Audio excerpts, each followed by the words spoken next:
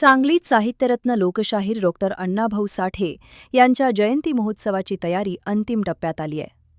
साहित्यरत्न लोकशाहीर डॉक्टर अण्णाभाऊ साठे जयंती महोत्सव समिती सांगली जिल्ह्याच्या वतीने 1 ते 5 ऑगस्ट दरम्यान विविध सामाजिक, सांस्कृतिक आणि प्रबोधनपर कार्यक्रमांचे आयोजन करण्यात आले. 1 ऑगस्ट रोजी सकाळी अण्णाभाऊ साठे यांच्या पुतळ्याला अभिवादन करून जयंती साजरी करण्यात येणार आहे.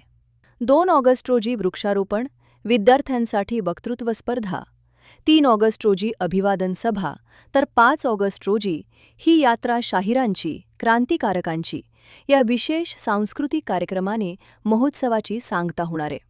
सध्या मंडप उभारणी, सजावट आणि कार्यक्रमाच्या नियोजनाची कामे अंतिम टप्प्यात आहेत.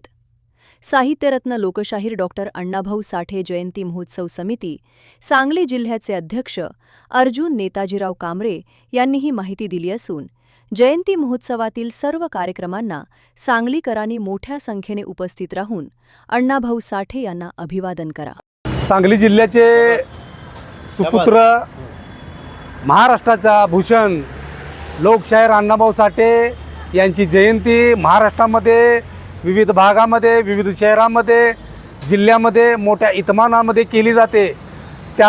तसेच या सांगली जिल्ह्याचे सुपुत्र या नात्याने सांगली जिल्ह्याचे मध्यवर्ती ठिकाण सांगली शहरामध्ये मोठ्या इतमानाने जयंती पुष्पराज चौक येथे कर्मवीर भाऊराव पाटील यांच्या पुतळ्याजवळ असलेल्या अण्णाभाऊ साठे यांच्या पुतळ्याच्या परिसरामध्ये ही मोठ्या प्रमाणामध्ये इतमानामध्ये साजरी केली जाते.